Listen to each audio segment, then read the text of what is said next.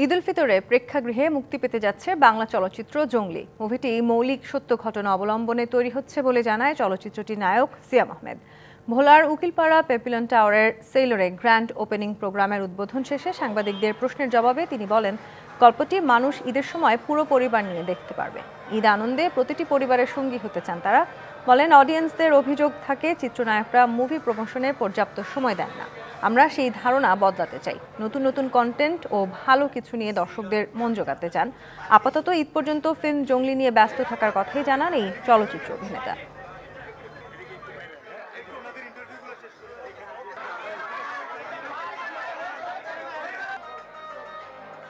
আমরা একটা মৌলিক সত্য ঘটনা অবলম্বনে কাজ করছি। আমরা খুবই আমাদের নিজেদের একটা দেশের গল্প বলার চেষ্টা করছি, যে গল্পটা ঈদের সময় মানুষ তার ফুল ফ্যামিলি নিয়ে দেখতে পারবে। আমি কখনোই একটার অধিক চলচ্চিত্র নিয়ে কাজ করি না, কারণ আমি বিশ্বাস করি ফোকাস আসলে একদিকে রাখা উচিত।